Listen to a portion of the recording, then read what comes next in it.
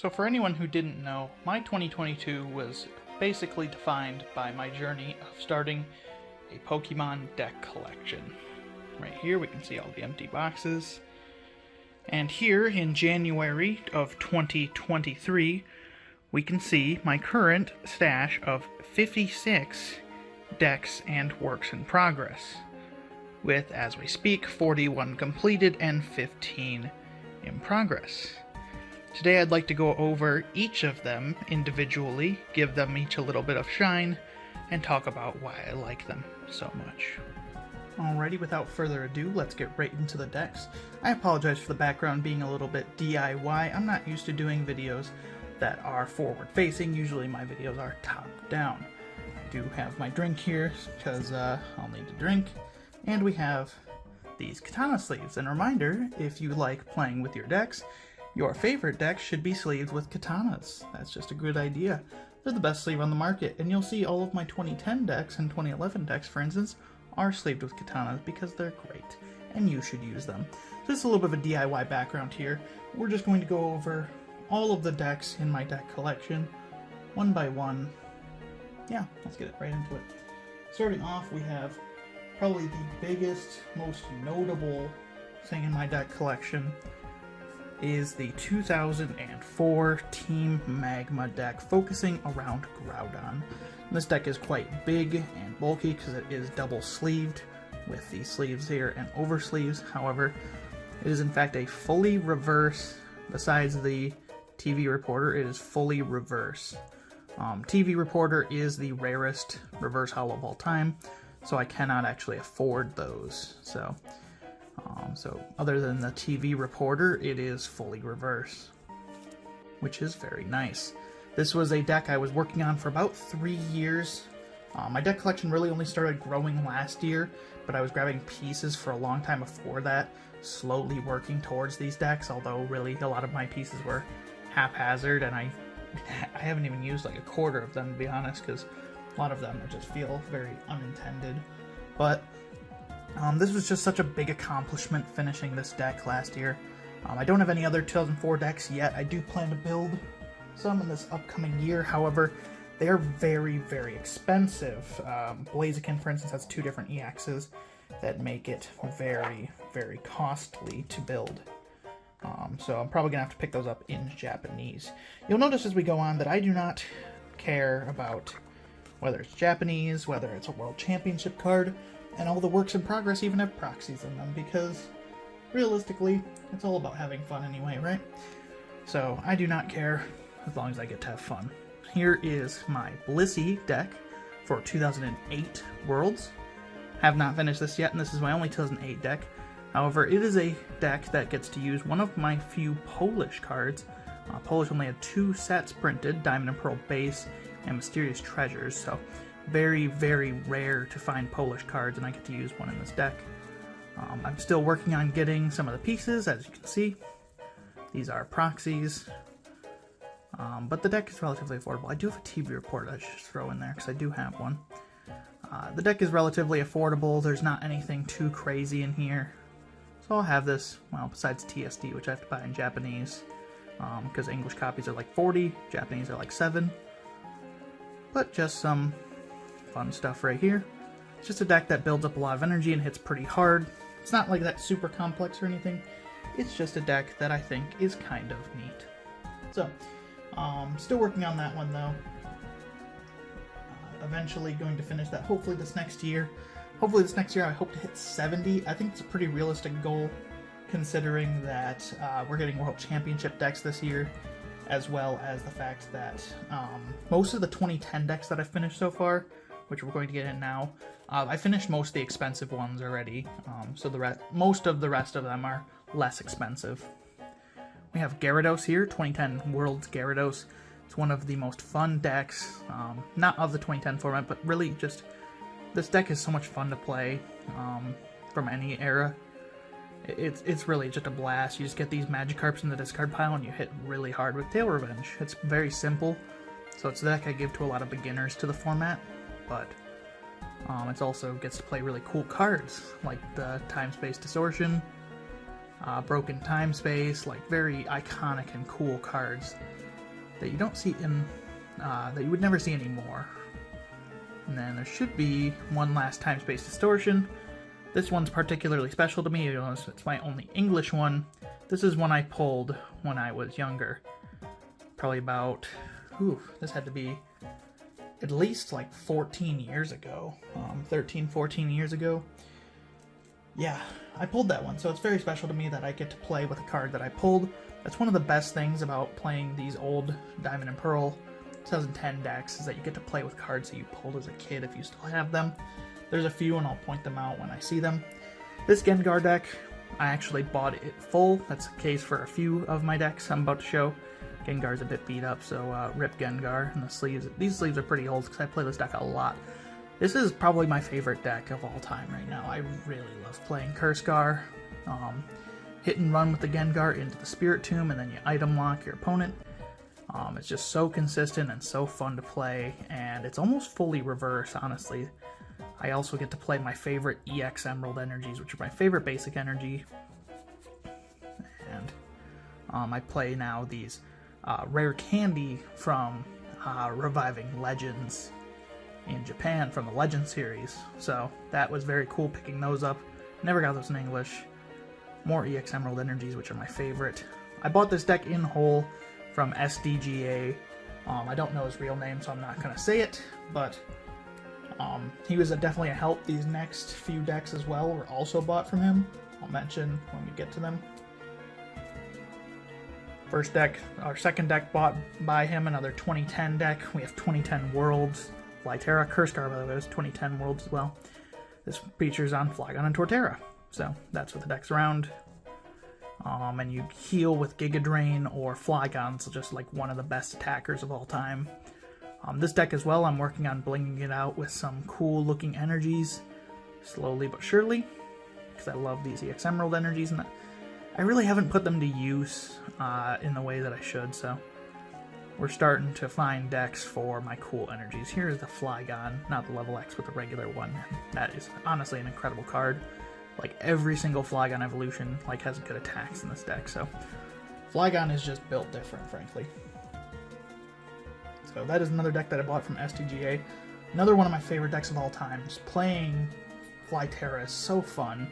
There's so many lines of play.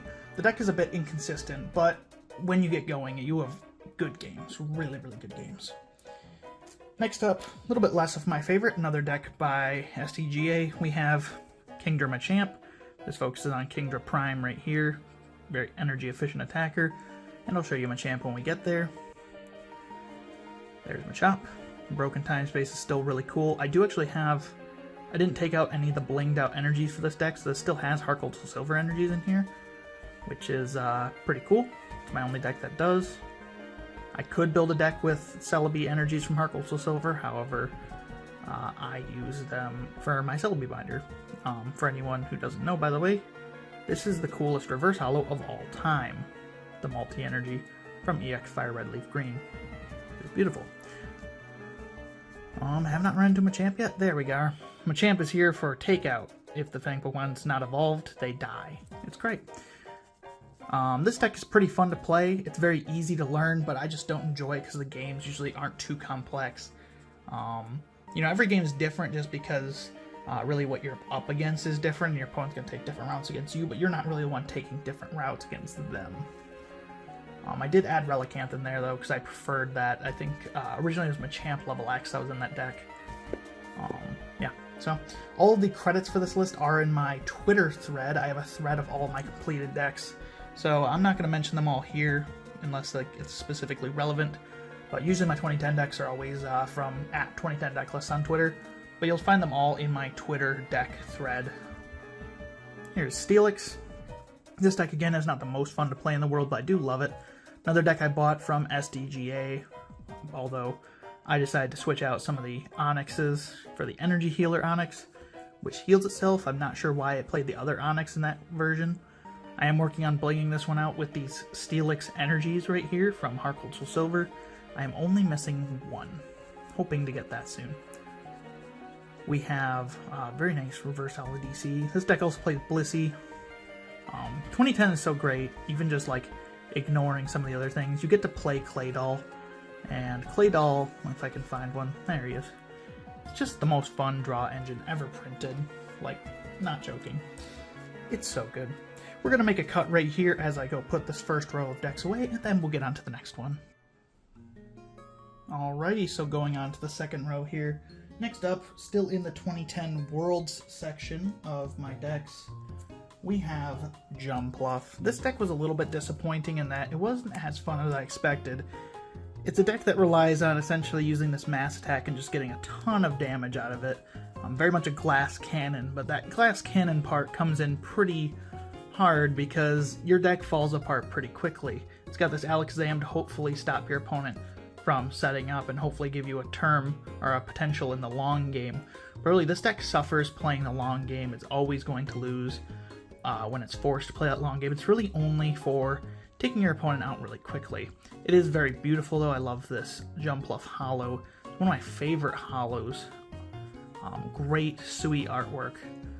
And so in that regard, I do enjoy playing it. It's just not my favorite. You don't get those long, grindy 2010 games that really make the format like one of my favorites to play.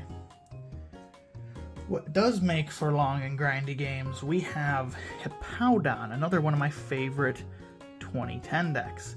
This deck, you can see this beautiful Japanese level X holofoil that's on all the platinum level X's. Very nice looking. This deck is a tanking and healing deck. You get a big hippo and you keep building that big hippo and healing it with cards like Moo Moo Milk, Life Herb. There's a nice Bebe Search, Cosmos Holo, some healing cards, and then I actually put Felicities in my deck because I want to draw cards with Felicities. So you can draw lots of cards and find more healing cards even under Power Lock, which is pretty common. It's just a lot of fun. Here's the big hippo that you usually use to attack with. Save Sand is the best attack in the deck. Though this deck has a lot of options. Groundquake is good. The level X has a good attack and double shoot. And the Sand Reset, I know you guys can't read that. It's essentially like a V-Star power. You can only use it once per game in that way. And it just resets all of the cards on board. I just shuffle this deck again. Actually, I didn't shuffle at all. That's right, that's why it's not randomized, because I didn't shuffle it at all. I took a picture earlier, and I just clumped it together after taking the picture and put it back in the box without shuffling it, so that's why it's kind of mixed. I'm just going to put them over there. Why not? That works. In a less positive note, we have my least favorite 2010 Worlds deck, Donphan. Donphan does Donphan things, and by Donphan things, I mean it does Earthquake. It's a deck that really only survives off the fact that it can beat Luxchomp, and I don't think any serious player should ever take this to a tournament. It just loses to everything else, unfortunately. Well, besides Regigigas, which it hits for weakness. Regardless, I built this deck because I had a lot of the pieces already for the deck. Though you can tell by the rarity treatment it's getting, it's not my favorite deck in the world, so... Nidoqueen gives the deck a little bit more depth than some of the other versions with Manectric, because Nidoqueen allows you to heal, which is very valuable, considering its exoskeleton body prevents damage. Donphan can actually be pretty tanky. It doesn't play any items to heal it besides Super Scoop Up, but you can get some pretty tanky Donphans going and hopefully get that third attachment for the heavy impact at least once per game.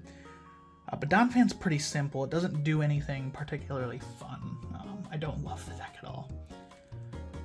I wouldn't call it my least favorite deck of all time, not even close, but definitely least favorite 2010. On a more positive note, we have Dialga Chomp. This deck feels almost pretty linear compared to Luxchomp, but it is still a lot of fun to play. It's very flippy in the regards that the Lost Remove attack, or Remove Lost, can basically decide a game if you flip a couple heads with it, which is kind of fun. It was very fun getting to use my nice reverse holo Poke turns that I've had for a while, put them in the deck. Uxie level X's are extremely expensive, as is this pain in the ass Toxicroak, which was $10 for a World Championship card, which hurts. Dialga's just a cool deck though. Deafen is cool. You just build up a big Dialga, heal it with Garchomp. It's a lot of fun. This is the more tanky Dialga version. There's a more teched out one that I could have built.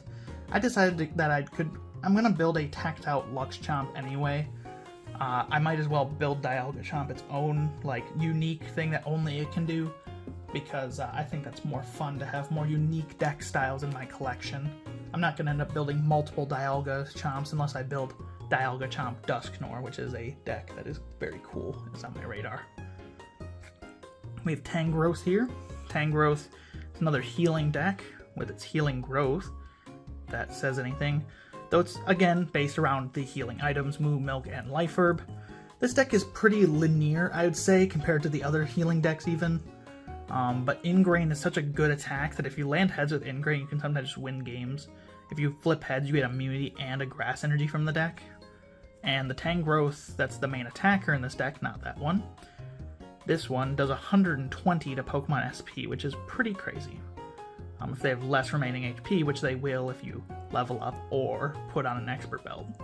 So it's a lot of fun to play in that regard. Shaman boosts your HP by 40. Nice, very nice Japanese holo once again. But getting these Japanese level X's just because they're cheaper, like that Shaman costs like $7 compared to like a $20 English one, so it was worth the savings. It's still a fun deck. It's not my favorite 2010 deck in the world, but I do think Tangrowth is quite cool. It's a Pokemon I really like too. Another thing about the Diamond and Pearl cards, you get to play with a lot of cool Pokemon, like Hippowdon. Hippowdon's one of my favorite Pokemon. Earlier on in Diamond and Pearl 2008, there's a lot of Bronzong, and I love Bronzong, so excited for that. Arguably the best deck in 2010 Worlds is Gardevoir. Just a ridiculous card that basically just stops your opponent from having any fun. You turn off their Poke Powers with Psychic Lock, and Telepath allows you to use 2 supporters per turn.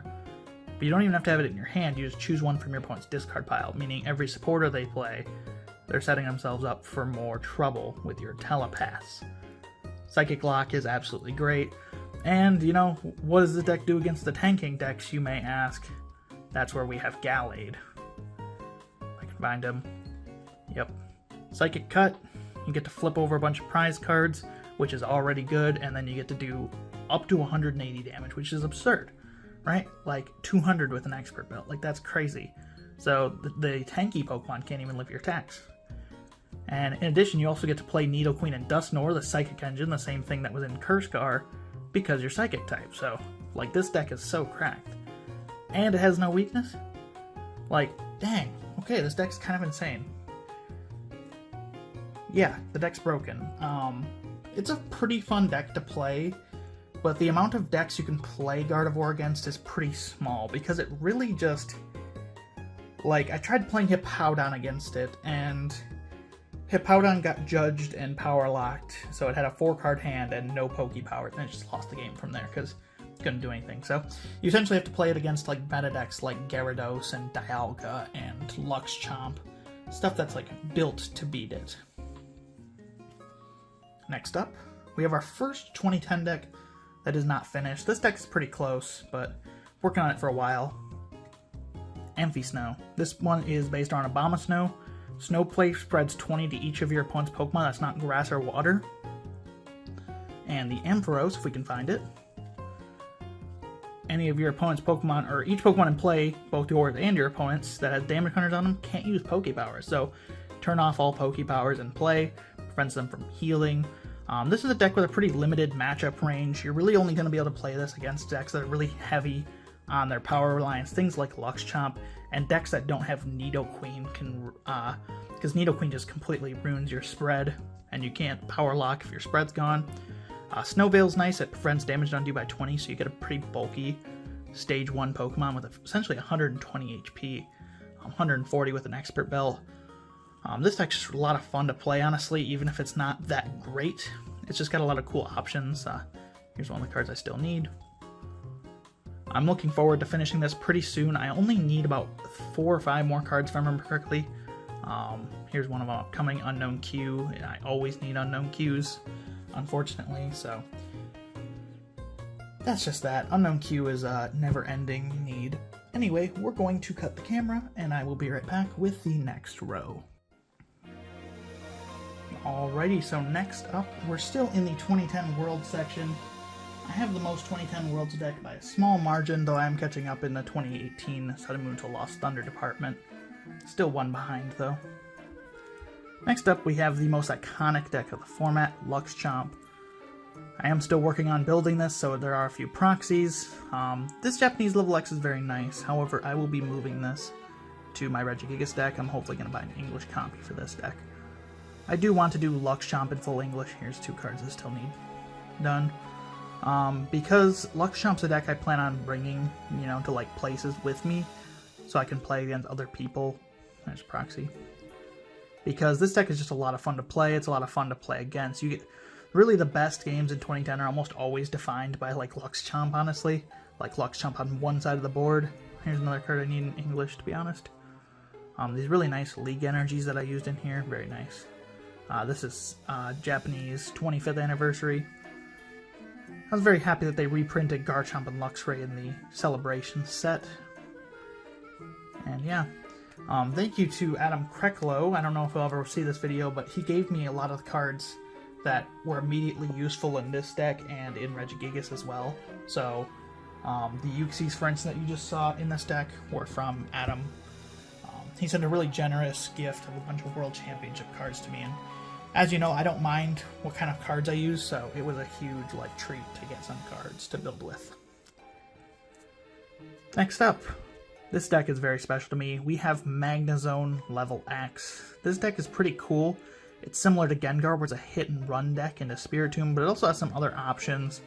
Magnezone level X is a really cool attack, and there's another Magnezone in the deck with a huge 120 damage attack. What makes this deck particularly special is the Magnezone level X itself, which is the first ultra rare I ever pulled from a pack.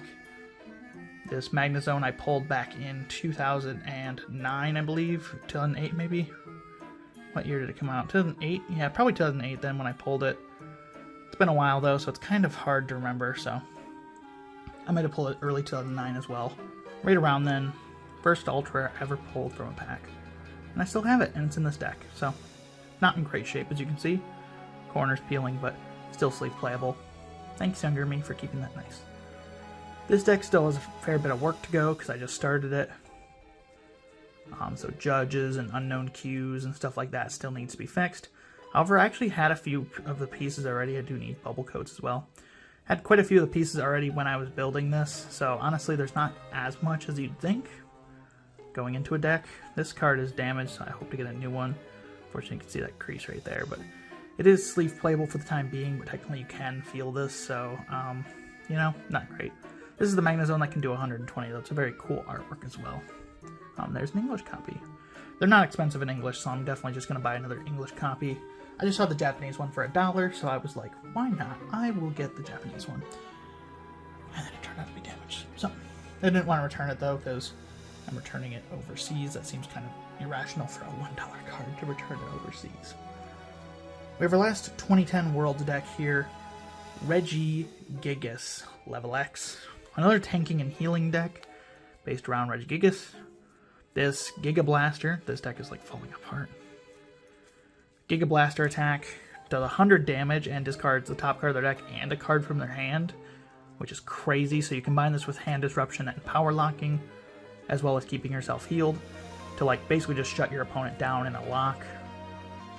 This deck still needs a lot of work, more than all the others.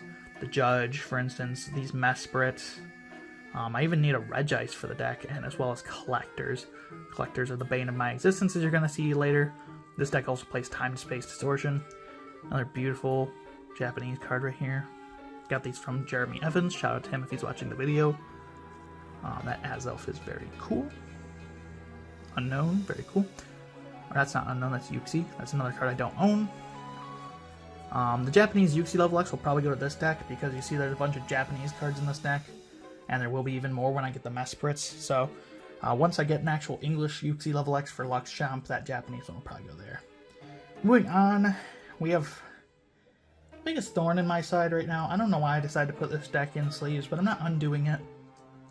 We have the Truth from 2011 Worlds. I'm not even close to finishing this deck. I just put it in sleeves because I thought I had more than I did, but I have as many world copies as I could get. I just shoved them in here so it fits. However, I'm missing so much of this deck, honestly, and I haven't been making good progress on getting the pieces. It is a very iconic deck, though. I'll eventually have it built. I do eventually plan to get to 2011 Worlds, but the biggest problem with 2011 Worlds is that it overlaps with two other formats I'm building, 2010 and 2011 Heart Gold Silver Double Victories. I will not be getting Beaches. That is going to stay proxied forever, unfortunately. Rainbow Energies, DCEs. So 2011 requires me to have the rare candies from Heart Gold Silver, which aren't cheap. Requires me to have the double Clodos energies from Heart Gold Silver, which is not cheap. Pokemon collectors, I have 3 to 4 of in every deck, and that is not cheap. Judge is like a 2 to 4 of in almost every deck, and that is not cheap. Primes are not cheap. Legends are definitely not cheap. This format really kind of stinks for money, honestly. The newest addition to the deck collection is up next. The one that I put together this very day. So, is it even shuffled? Not really. It's just clumped together from when I took the picture. We have 2011 Primetime, Magnezone Prime, Megazone, whatever you want to call it. It's a collection of primes, primarily focusing around Magnezone and Yanmega, but also it has Kingdra in here, so it's called Primetime, but a lot of the players at the time. This official Worlds list that I bought, though, is called Megazone. And I did buy this Worlds list just because it doesn't cut into my resources then for the other eras. Like I said, the rare candies, the DCEs, the primes, as well as the collectors. Just really cut into other eras, judges and collectors. So I really have to just like bite the bullet and just buy Worlds versions of these. So I got this one for a pretty good deal, so I picked it up. I'll be picking up, hopefully, Reshiflosion as well. And if I see other ones, like if I see any of the other Worlds decks, I'd probably pick them up as well. Maybe not the Truth, because I have most of that. Though I probably should anyway, just because, you know, extra pieces will get used somewhere else, right? Next up, we're up to 2011 Heart Gold Sword and Noble Victories. This is the other format that cannibalizes my stuff for 2011. Pokemon collectors are huge in this format, 4 of in every deck, so that's pretty tough on my 2011 supplies. So that's why 2011 is kind of hard to build. This deck is a multi-ranged deck that plays all kinds of attackers to hit all kinds of weaknesses. One of the things you'll start noticing about these Heart Gold Silver and Noble Victories decks is I'm not too worried about the era-specific cards being in the deck. These right here were not legal in 2011, but they're the same card, same attacks and stuff, but just different artwork. This was not legal in 2011. So basically for these 2011 Heart Gold Silver Noble Victories decks, it starts to get to the point where I didn't care about the card legality. I was just building on a budget because this format is not like a competitively played format that often anyway. It's just a format I enjoy and wanted to build. So that was 6 corners. My favorite deck from this format, and the reason I decided to build it in the first place, is Chandelure. This deck is expensive. It's in these big oversleeves, Chandelure sleeves. I have played this deck on video before, though I've changed the list since. This deck is not cheap because these Litwicks are $10 a piece. And again, it's 2011, so it plays all kinds of expensive stuff like Tropical Beach, Collector, Vileplume, rare candies from this era. Like, these decks are just big money holes, but I enjoy this format, so that's why I build them. Yeah, that's a nice collector. Not much to say about this deck, other than I love it. If you want to watch the deck in action, I do have a video on it, though it performed pretty terribly in the video, so hoping to get another video with this deck done soon with its new list. However, I don't have a recording buddy to do that with right now, so that's the state of things, and we're going to make a cut to go to the next row of decks. Oh, would you believe it, we're on to the next row. Chandelure gets to stay here because I don't have its box near me, so because it has these big sleeves, I have to play a different deck box for it, and it's not in the box behind me, so let's get into the next row, continuing on with Heart Gold Silver to Noble Victories. Again, this format's pretty cool. I think I definitely came into the format a little starry-eyed when I first came here because of Chandelure. The rest of the decks aren't as cool as Chandelure, but there still is some cool decks. Like Durant Mill, very one-of-a-kind deck that really only exists in this format and the more recent formats nowadays. They got these nice blinged-out hammers. This deck is just almost unkillable in a way. It feels almost tier 1 because you can just win so many games because of stuff like Lost Remover being so good in this format. And Crushing Hammer if they land heads. Just milling 4 cards. This format is really good, and Durant's actually pretty tanky. The average damage, I'd say, per attack is like 80 in this format, and you see Durant has 70, and that seems like, oh, you get knocked out. But you actually don't, because there are like special metals and there's Eviolite that prevents you from getting knocked out. And getting 4 Durants in play is like super easy, so that deck is pretty cool. I'd say I rate it heavily. Here we go. Next up, we have Zekrom Electric. Still working on blinging out this deck, however it is finished. I'm not trying to bling out the supporters, it just kind of happened, but there they are. I do want more of these energies, but I haven't gone my way to get them. I love these black and white energies for these Heartless Silver Noble Victories decks. This also has the electric in there. That's the other half of the deck, mainly is Tornadus, Zekrom and Electric. Very nice Japanese Cleffa. This is a very orthodox deck. It's very tier 2, unfortunately, but it is a cool deck. I like Zekrom. Here's the Zekrom. I still need a full art.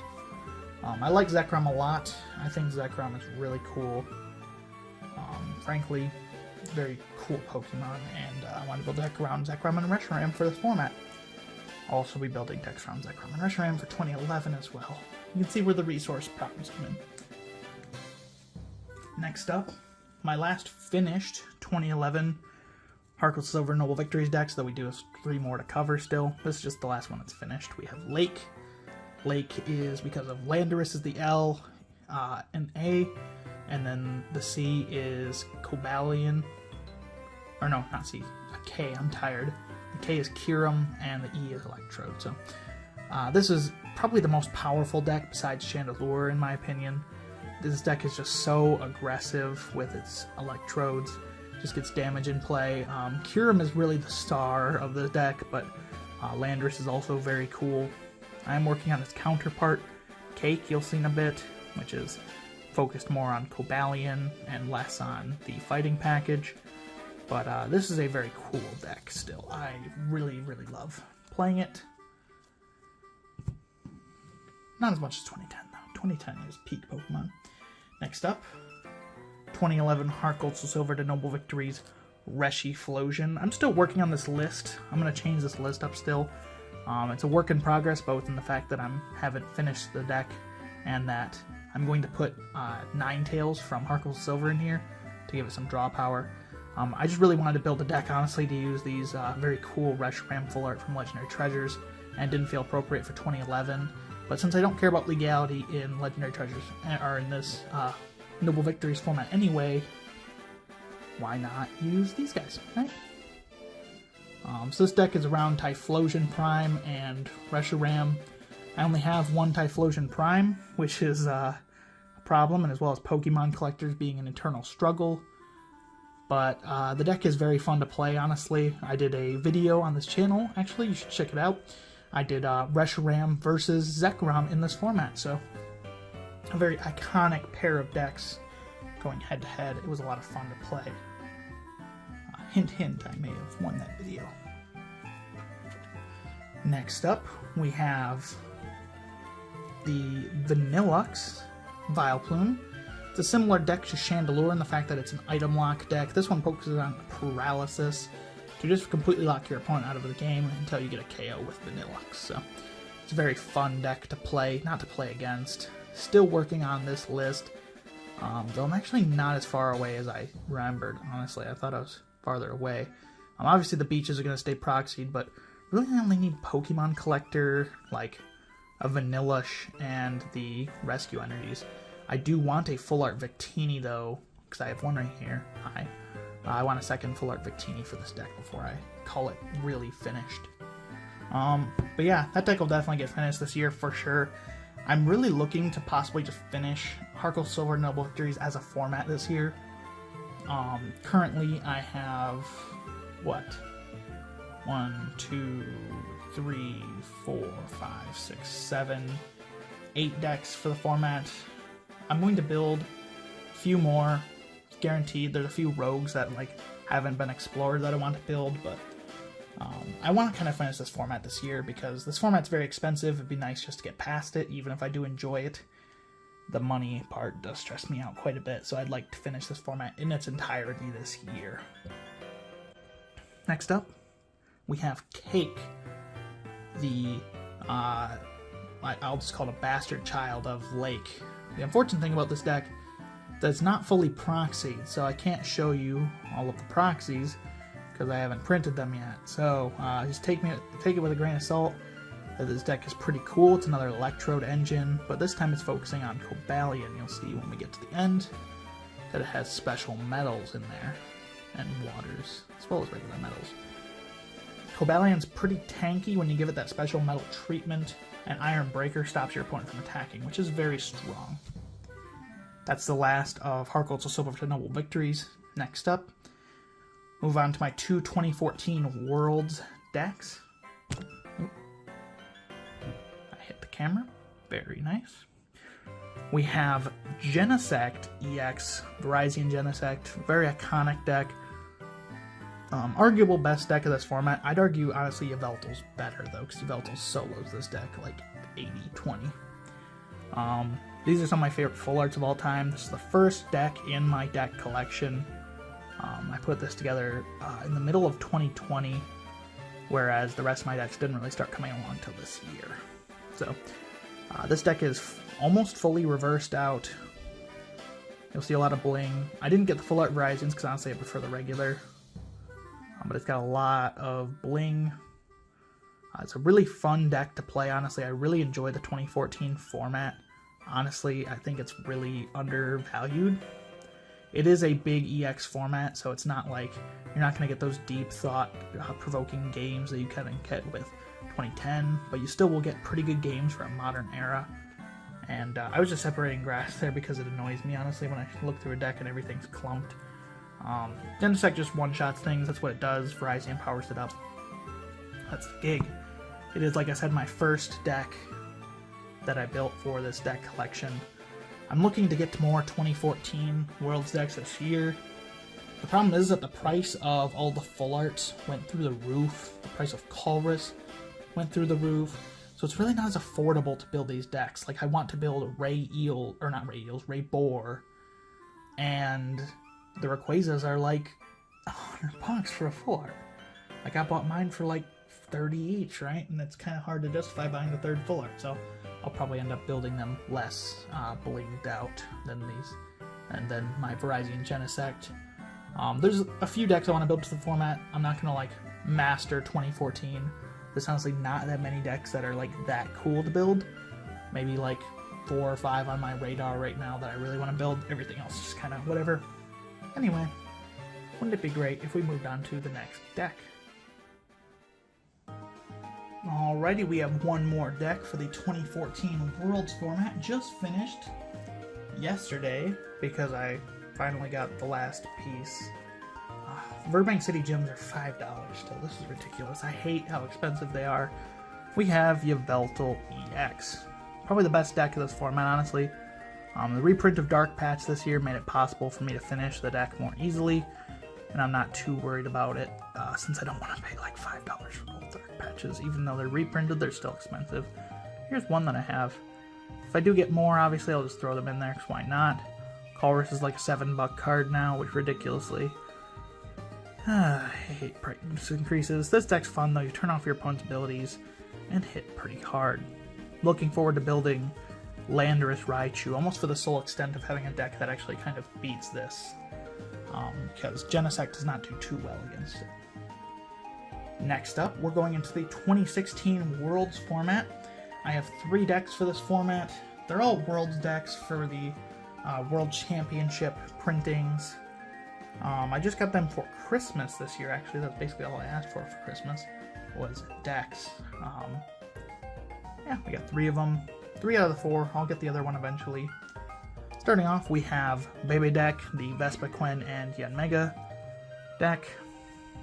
Focused around attacking for free with Yanmega, similar to Yanmega Prime in 2011, and hitting hard with Vespiquen. Force of Giant Plains is a really cool card. I actually didn't play during the 2016 season, or the 2015 season, or even the 2014 season. My fun really ended at the end of Black and White is when I stopped going to League.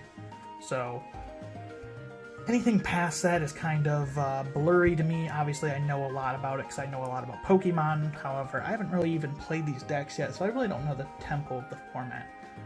When I got back into Pokemon, it was the Steam Siege format, which was right after the Worlds, which it was Worlds legal. However, I was playing Expanded, so Expanded was a little different. Though I did really enjoy Standard in the Primal Clash Sun and Moon format. That was a very good format. Guardians Rising is obviously better, but that's what Sun and Moon was cool too. This is Mega Audino. This was the World's Winner deck. In retrospect, it's like not that great of a deck, but it won the World Championship because it won by surprise, so that's pretty cool. And then again, it's the whole World's deck. Sorry, I'm hiccuping a bit. It's a cool deck. I think it's really cool that it won the Worlds. Did maybe deserve to, maybe not. However, it's definitely a deck that you'll look back on, similar to the way that the Truth is looked back on. Like wow, no one knew about this deck, and it like got so close. Well, Truth got so close. This deck actually won Worlds. So rogue decks like that make me happy.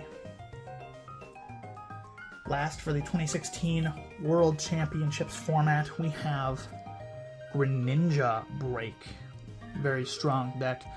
Greninja Break, I eventually plan to have multiple versions of it built because it's good in a lot of formats. It's good in 2016, it's good in 2017, it's good in 2017 Primal Clash to Guardians Rising, it's good in 2018.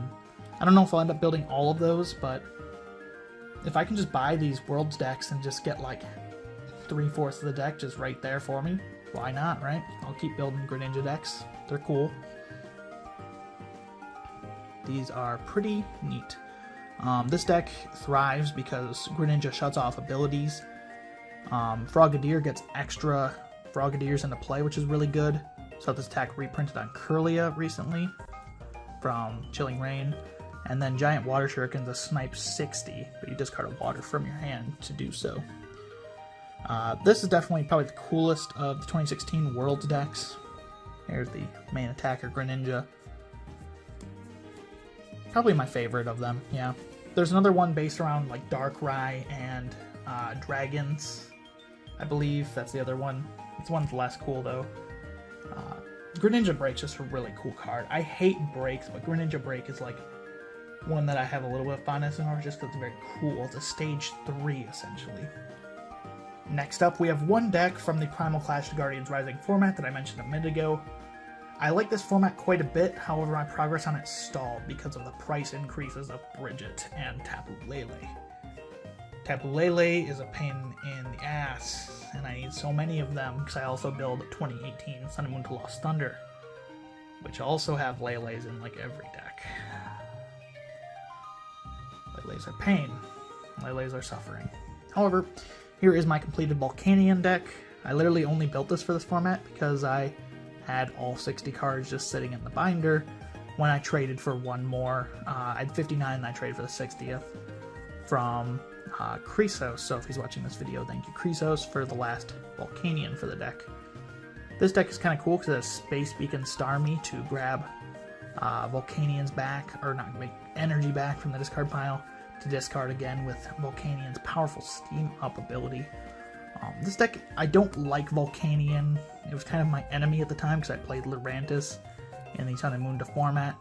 But it's, in retrospect, it's a really cool card. So I do enjoy playing it. I've played a few games of this format in webcam. It's just a lot of fun. Honestly, this format's pretty good. Next up, we have, I was going to say 3. We have 2 decks for the 2017 Worlds format. Both are World Championship decks, again, that I got for Christmas.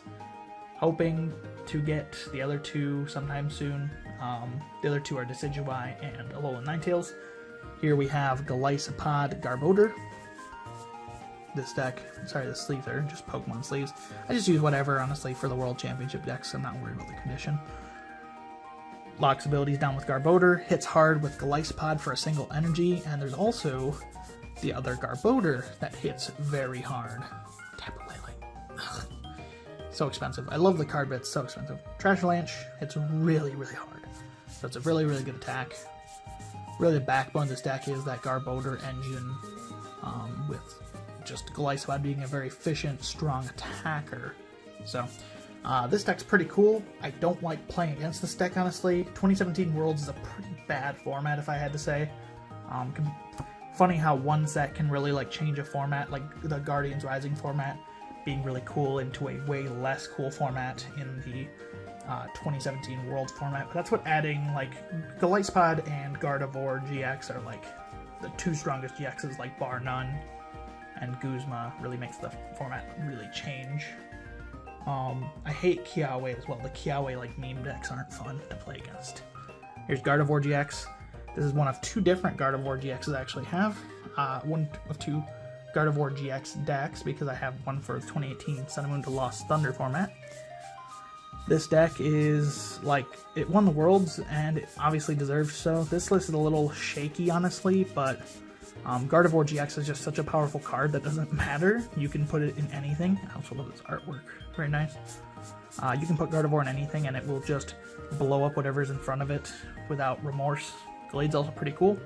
Premonition sets your top deck, and you can actually use its attack-sensitive blade to hit fighting weakness and do clean one-hit KO on fighting weak Pokemon. There wasn't too many fighting weak Pokemon, however it did chase away Drampaws quite a bit. And Tauros was seen a lot in the Sun and Moon format, but not in this format. So, that's one more row. We have 3 more rows to go. Let's get right into them. Alrighty, next up, we're going into the 2018 Worlds format. I have 3 decks for this format, 3 out of the 4 World Championship printed decks. I am missing the Rayquaza one, which I hope to pick up soon. I'd like to get all 4, since like the 2017 one, I only have 2 of them, so it's a little bit like less of an urgency to finish it, but 2018 one, I really want to get the Rayquaza GX deck for. Yeah, let's get right into it. We have Turbo Buzzwole here. This was Buzzwole at its least fun when it had Deancey Prism, Strong Energy, Max Elixir. Like, I did not love this era of the game, to be honest. This, like, Zoroark, Buzzwole, and then another deck with Zoroark. And then once Forbidden Light got released, we had, like, Malamar in the mix, which at least made it a little bit more tolerable. But really, this format is, like, defined by Zoroark and fighting types that kill Zoroark. It's not my favorite era of the game, to be honest. It's also very defined by Garbodor, as you would imagine. Garbodor is very strong. This deck's cool, though. I much prefer Sun and Moon to Lost Thunder, though. Again, it's crazy what one set can do, although it's also rotation. All of the super broken, like unfun items, like Max Elixir, rotated, Strong Energy rotated. So this deck got a big nerf in the Sun and Moon to Lost Thunder format, but it also got Ninetales, so in a way it also got a buff, which makes it almost a completely different deck in the way it plays. Here we have Zoroark and Garbodor. As you can imagine, it sets up Zoroark, one of the best cards ever printed, and Garbodor's, because Garbodor is pretty good. Again, this is the Worlds deck. This is Robin Schultz, I know that for sure. I can read that signature. The deck is pretty cool, however, it's not fun to play against, to be honest. Essentially sets up its own board, and then you can't set up your board because Garbodor turns you off. It is a very cool deck, though. I'm glad that I get to play this format from the perspective of World Championship decks, but I don't plan on building a lot for this format outside of World Championship decks, because Sun and Moon to Lost Thunder is just better. I'm just going to be real with you. Don't worry, we'll get there. Next up, one last 2018 Worlds deck. We have the Worlds printing of Garbonet. I was looking for the signature. There it is. It's at the very bottom. That's very odd. So this deck is based more on the Garbodors, honestly, than Banette, but Banette's the most, like, If I put a Garbodor at the front of a deck, you wouldn't know what deck it is. I get to play this very cool rare Rainbow Energy, which I like. Also, this Jurassic is one of my favorite cards. That card's great. So I'm a little sad to losing that rotation, honestly, but that's fine. Banette's just the most iconic part of the deck because it's very unique, but it's a Garbodor deck at the end of the day. Lock your ability down, hit you hard with the Trash Avalanche, and Banette just kind of benefits from being there because it also uses Psychic Energy and Rainbow Energy. You put a damage counter on Banette with Rainbow Energy, and then it just throws that damage counter back at your opponent with its ability Shady Move, which is pretty cool if you have it unlocked. Tomb Hunt GX, which allows you to get any 3 cards from your discard pile, is also pretty cool. And Shadow Chant is just a nice cheap attack along the lines of Trash Avalanche. So they're both very late game attacks. It's kind of a come from behind deck. Next up, we're moving on to one of my favorite formats to play, 2018 Sun and Moon 2 Lost Thunder. Yes, let's get into it. So, I have this is the format I have the second most amount of decks built for, not including what's just finished, but also works in progress, obviously, like 2010, there's a lot of works in progress. I currently have, let's see, 4, 11,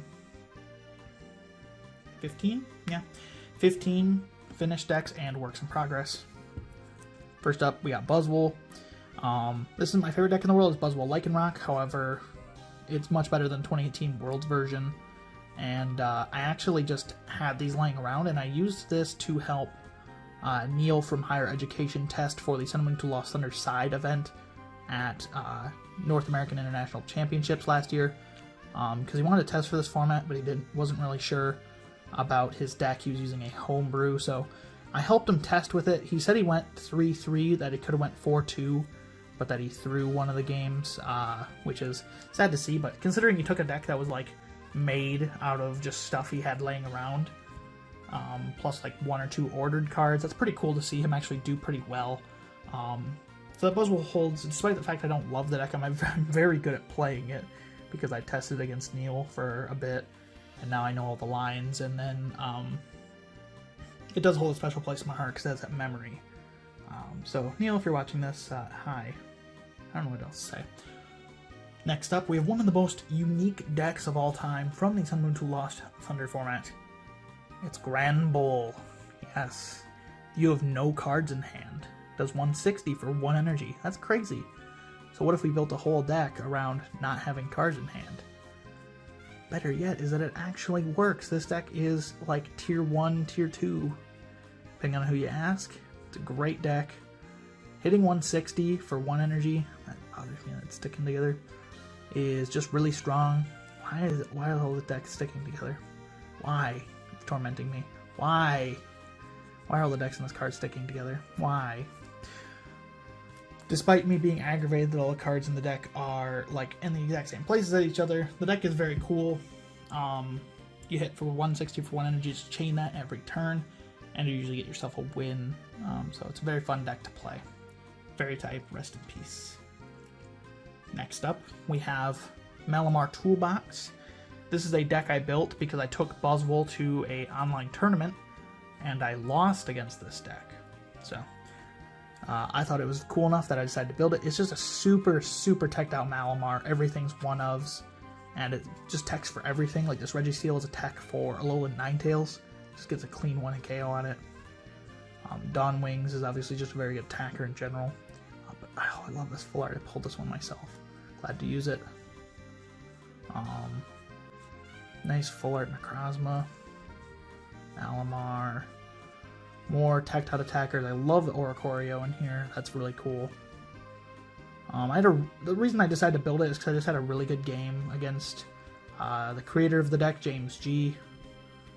Just had one of my favorite games I've played in a while in a modern format, and that's what convinced me to start building more of this format, was that game. Yeah, Ultra Necrozma GX is very cool, because that game was just so cool. Essentially, I was up, I was at 1 prize remaining, and he was at 4 prizes remaining, I believe, and I did not see a route of play he had with that Ultra Necrozma. Let's bring that out again, why not? Let me just search that out.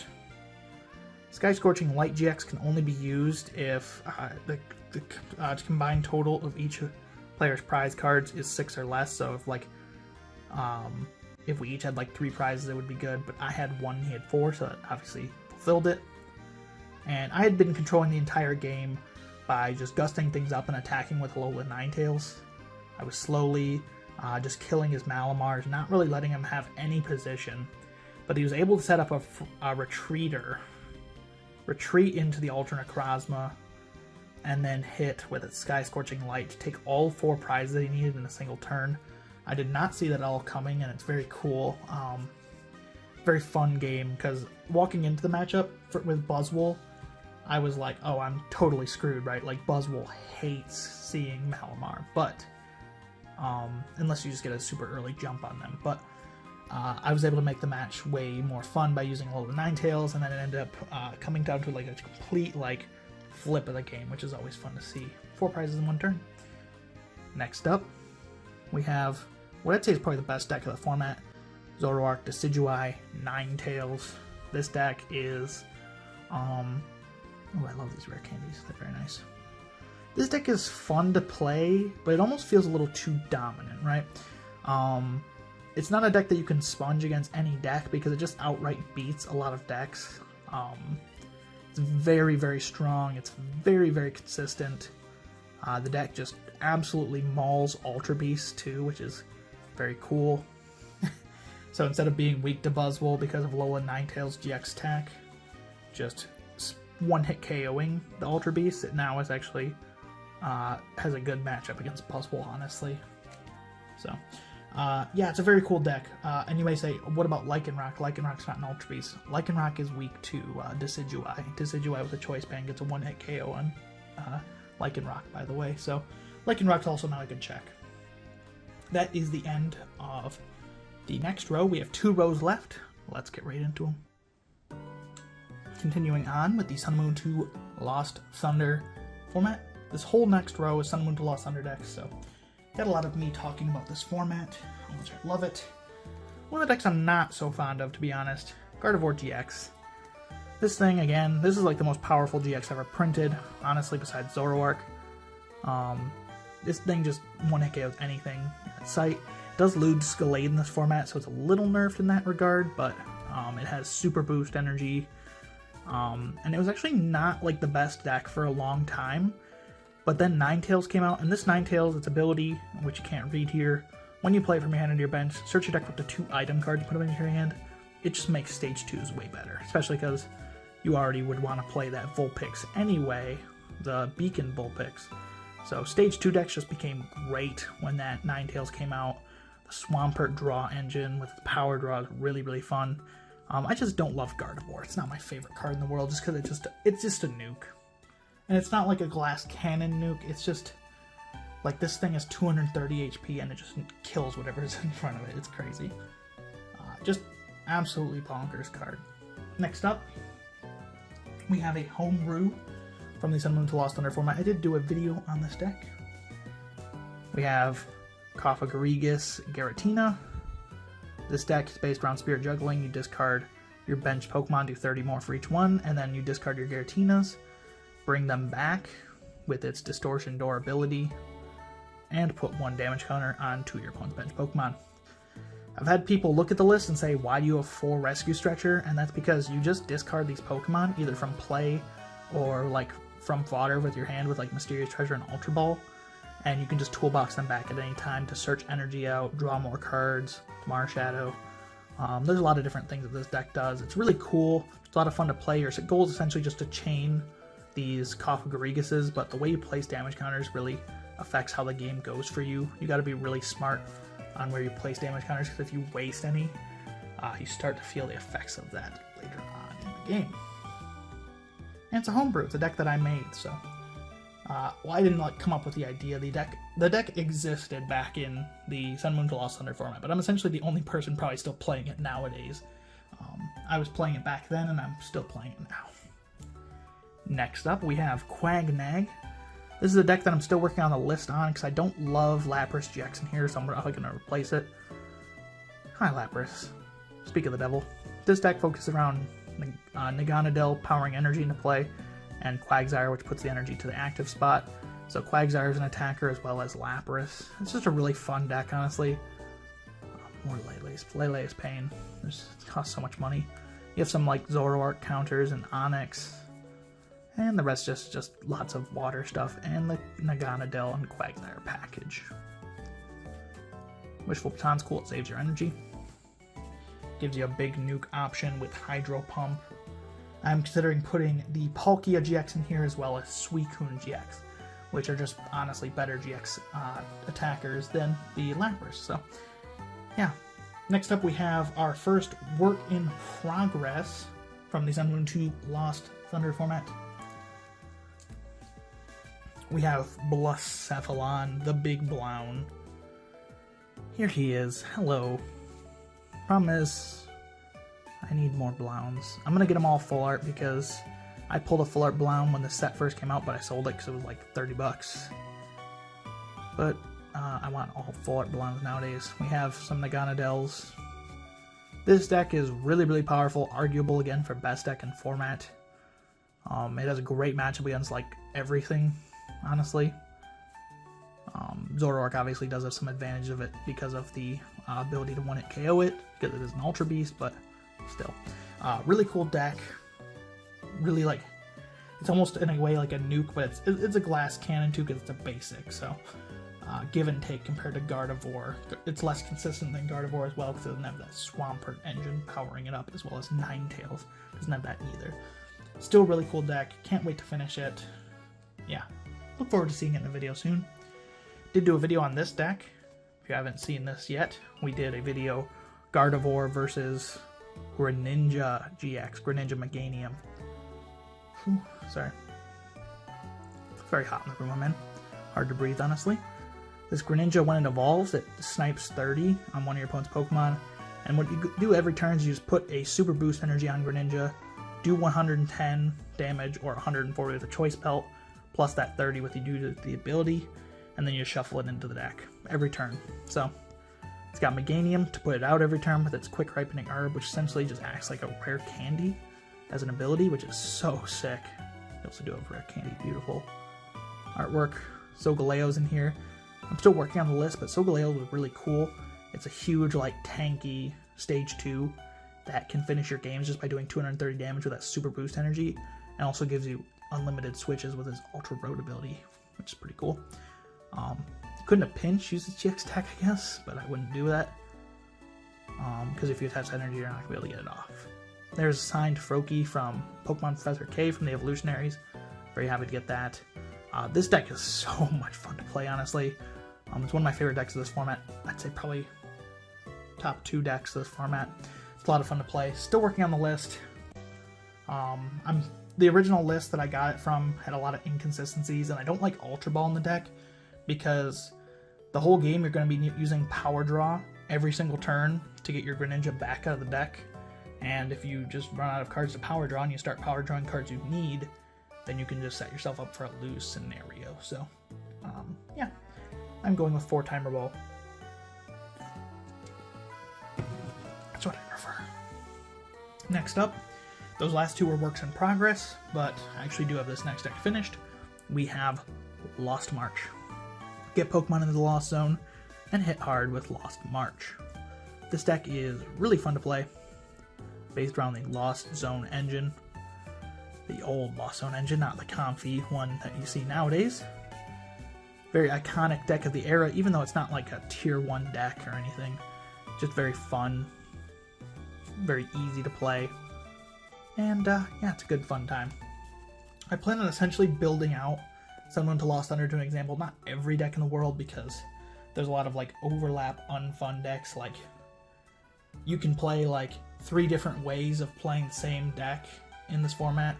Like you can play Buzzwole, Lycanroc with Ninetales. You can also just play Buzzwole, Lycanroc with no Ninetales, and you can just play Buzzwole with Ninetales. I'm just building one Buzzwole deck, so I'm not building this format out entirely, but I'm building this out of format essentially. The last finished deck we have from the Sun Moon to Lost Thunder format is Passimian, Cocos. It's a spread deck, and that also just hits hard with Passimian because this guy powers up your Passimians from the bench. Coco spreads 20 to all your opponent's Pokemon, and then this Passimian hits 10 plus 30 for each of your benched Passimian. So it's a big spread deck, but also Passimian puts the hurt on with its strong attacks. We had a really cool game that I played with Ant-Man 1 through 5. If you haven't seen that game yet, I recommend checking it out, where he took a 5-prize turn playing this deck. We're going to cut the clip, and we'll get to the last row of decks. Alrighty, we're still in the Sun and Moon 2 Lost Thunder format from 2018. We have 4 more decks, and then we have 3 decks from 2022. You'll notice there's kind of a big gap there.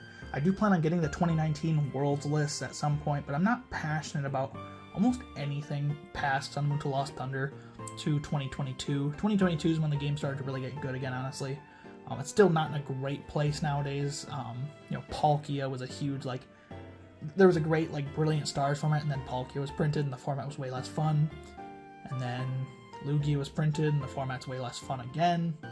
You can kind of see how the loop goes. But we have some decent formats here and there in the modern era. I have to reach really far for these decks. Oh, that's really far away. Yeah. Arguably, another one of the best decks of this format. Not fun to play against. Still a work in progress for the Sun and Moon 2 Lost Thunder format is Regigigas Stall. This deck is focused around stalling. I have some full art trainers in here, which you probably didn't see in any of the other decks either, because they're just placeholders for now in a funny golden pan. This deck, you set up a situation where your opponent cannot ever KO you, and then they just lose. You either remove all their energy with things like hammers and skull grunts and Fabas, or you remove their ability to KO you, such as taking out an attacker out of existence with Lost Purge GX. I haven't actually played this deck yet, I've only watched it, but it's not fun to play against, honestly, to look. I'll finish it eventually. I still need 2 GXs for this deck, as well as the Noibat and some of the supporters. I think the only ones I actually need are Guzma. I just had to put the full arts in there because I thought it'd be fun. But it'll get finished. There's a lot of different cool stall archetypes in the Sun and Moon 2 Lost Thunder format, because it has things like Counter Catcher, Lusamine, Counter Gain, Legal, these cards that really help stall survive. Gladion as well is a big one. Baba, Crushing Hammer, these cards that help stall survive. Next up, we have one of the most iconic decks from the Sun and Moon 2 Lost Thunder format. Honestly, a deck I don't love too much. We have Zoroark, Lycanroc. This deck's based around Zoroark and Lycanroc. Lycanroc Gus, it's pretty hard. Zoroark, it's pretty hard and super consistent. Yeah, that's about all this deck does. It's a Zoroark deck that beats other Zoroark decks because it hits them for weakness. There's really not much to the deck. It's kind of Ooga Booga in a way. And I took out the multi-switch, so it's also even more Ooga Booga because I didn't love the multi-switch in here. But still working on the list. It's still a work in progress. Here's my non-Hollow Lele. I'm not too passionate about this deck, if you can't tell. It's, very boring. It's not my least favorite deck of all time, but of this format, it's definitely, the least interesting deck. It's what if Zoroark was not exciting, and then they made this deck? There's plenty of exciting Zoroark decks. Zoroark Gyarados, Zoroark Glaceon, Zoroark Weavile, Zoroark Decitails. Maybe I'm getting repetitive here.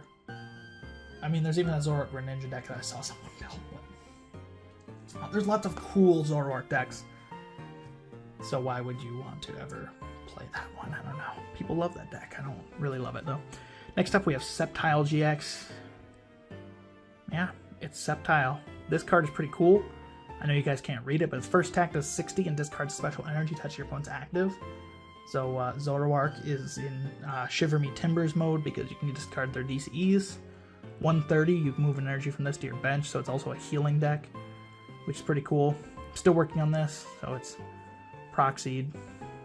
It's a cool Sceptile, really love that. It also gives you immunity to Ultra Beast, which is pretty cool.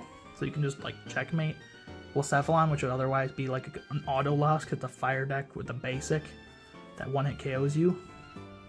And you're just nah, bro, I don't care about that damage. Missing a proxy there for a Cynthia. Whoops. some max potions, because again, it's a healing deck. And yeah, more healing. This deck's pretty cool. I haven't played it yet though, but the way it like plays is pretty neat. Got one last deck for the Sun Moon 2 Lost Thunder format. 4 decks left to go in total. We have Celebi Stall. Still working on this one as well.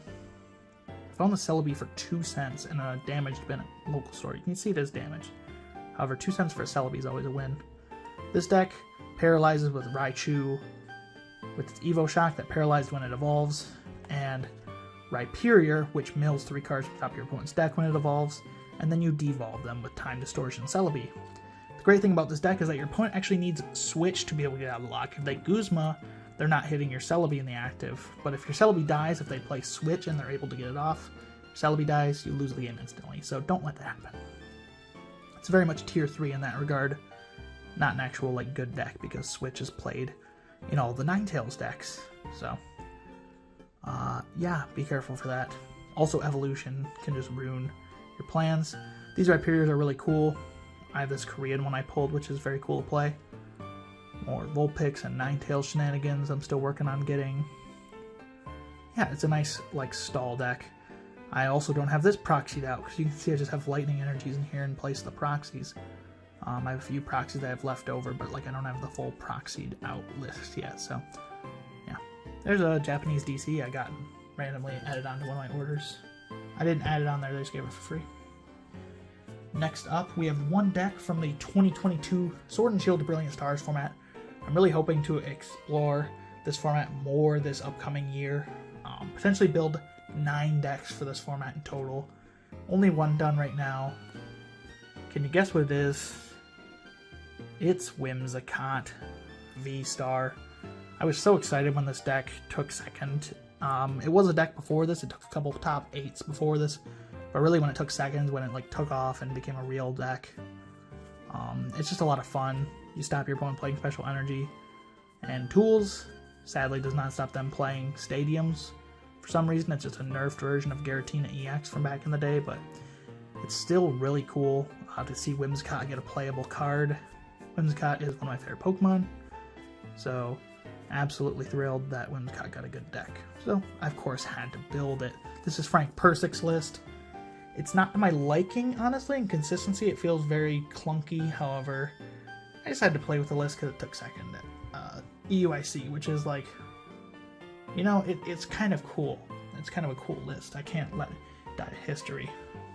This next list is actually an error in because I have this gift energy in here. There should be a Cynthia's Ambition sleeved up, but I forgot to do that. It is Regigigas. This is 2022 Worlds. This list was from Tablemon, forget his real name, and he placed, I believe, top 16 at Worlds. This is just one of the coolest decks in the past year. I don't love the Worlds format because Arceus Pikachu is the lamest Arceus variant we've probably ever had, and Palkia is lame, and those are like most of the decks at Worlds, but I do plan on building this format out to potentially up to 9 decks because of the Worlds format. We're getting the World Championship decks, so I'll have Mew VMAX, I'll have Ice Rider Palkia, I'll have the Arc Pika built, and then I believe it was Urshifu was the other one. I'm very excited for Urshifu. I'll probably buy 2 Urshifus just so I can build it for the Brilliant Stars format as well, where it is much better. Last deck, we have Mewtwo V-Union Control. That's upside down. Hello. Mewtwo V-Union Control. Another one of the coolest decks of this format. This is Sander Vojic's list that he took to a top 4 finish. I believe it was top 4 at the North American International Championship, I believe. I could be wrong about that. I believe it was North American International Championship top 4. This is a list that bases around the Mewtwo, and you just super regeneration for all of eternity while not decking out from your recovery cards, and you can just wall off with things like Miltank as well. Silene and Palpat are like your recovery cards of choice, as well as Team Yell's Cheer. You just prevent yourself from decking out, which is super, super cool. And you get to play a V-Union, so The unions definitely, like, most of them are pretty terrible, so seeing one that's actually really good, I had to build it. For 2022 Worlds, I'll probably build not only those 4 Worlds decks, and I have these 2, obviously, Regigigas and Mewtwo here, but I also plan on building the 2022 Worlds. After the World Championship, there was a regional, won by Piper Lapine with the Charizard and Teleon box. I'll probably build that as well. There's some cool decks in an otherwise lame format, but anyway, that has been over an hour. Wow. Yeah, you've seen all of my retro decks and works in progress. You got to hear some thoughts about them, what I think. I wanted to add this on. It's not like part of my collection in the way that I do my usual collection video in November, but it is part of my collection, and this is what I really care about nowadays. This is what I've been putting all my money into, all my time into learning. And it's so fun to play retro. I'd say I'd encourage it, but also the prices are kind of ridiculous, so if you don't want to get into retro, there's more cards out there for me, right? But I do really encourage, if you're a collector, if you're exclusively a collector, you should really try playing the game. It's such a joy to play. Pokemon collecting just the cards is very hollow, very soulless in a way. There's not a lot of enjoyment to just collecting, but playing, you get hours of enjoyment. You don't even have to play competitively, you don't have to play retro. Even if you just put together like 2 whatever decks from your stuff, that you just play a Pokemon you like. Maybe you really like Arcanine, so you play the Hisuian Arcanine V, and maybe you really like, I don't know, maybe you really like Quagsire, so you play like a Quagsire deck, the one from like Vivid Voltage. Maybe you just put those together and you just fight them, right? There's still so much more enjoyment to be had by playing the Pokemon TCG. Playing the Pokemon TCG has really brought me out of a bad place in my life. Well, that among other things, there's been a lot going on that's been both bad and good this last year, but mostly good.